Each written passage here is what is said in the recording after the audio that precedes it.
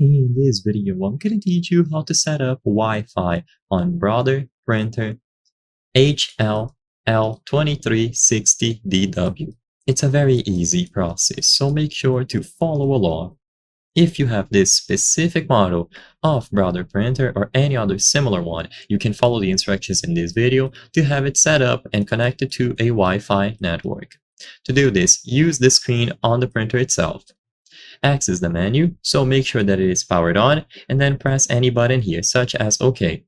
If it is powered off, nothing will appear, but if it is on, you will usually be at the sleep window, so you press anything to see the main options. Now navigate to Network. So use the up and down arrows located here to navigate between all of the options until you reach Network. When you have the network category highlighted, press OK. Within Network, navigate to WLAN. So once again, go up and down through all of the options, and once you have WLAN selected, press OK.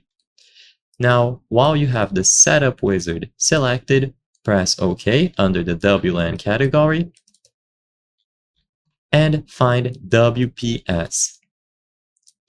So again, up and down until you see the WPS configuration option.